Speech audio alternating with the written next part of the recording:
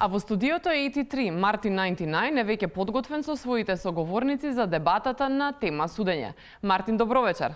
Така е, Елена. Спроти мене вечерва на нашата дебата посветена на судството се познати македонски експерти, професорот од правен факултет господинот Гордан Калајджиев и адвокатот Александар Тортевски. Добра вечер.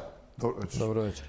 Вие со вашите заложби и познавања од областа на судството, како би го оцениле досегашниот начин на судење и реформи? Па видите, јас генерално не сум задоволен од начинот на кој што се одвиваат реформите. Особено што не се вклучени оние што се најзаинтересирани судиите и обвинителите. Професоре, да се држиме до темата која ја познавате и за која сте вие стручни. Си има таму стручни лица за правосудството, си има министерот за правда Сали, замеников негов Оливер Истовски, Рашковски, Машковски. Па видите, премиерот ќе ја води комисијата лично, па кај се будете вие? Дајте ве молам да зборуваме за ракомет. Темата за која сте вие стручни. Како го оценувате судењето таму? Да, за ракомет. Да. Па професорот е во право, мислам, принципите на судење на Европското првенство се исти како и принципите на кои што почива нашето правосудство. Воопшто не е битно дали играш добро или дали имаш докази. Битно е кој ти е противник. Од противникот зависи дали ќе изгубиш или ќе добиеш.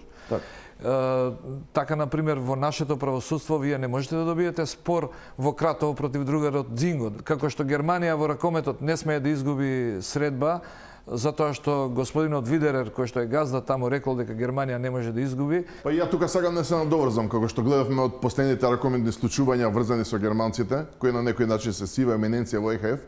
Помалите риби се незаштитени и најчесто се жртви на судски неправди.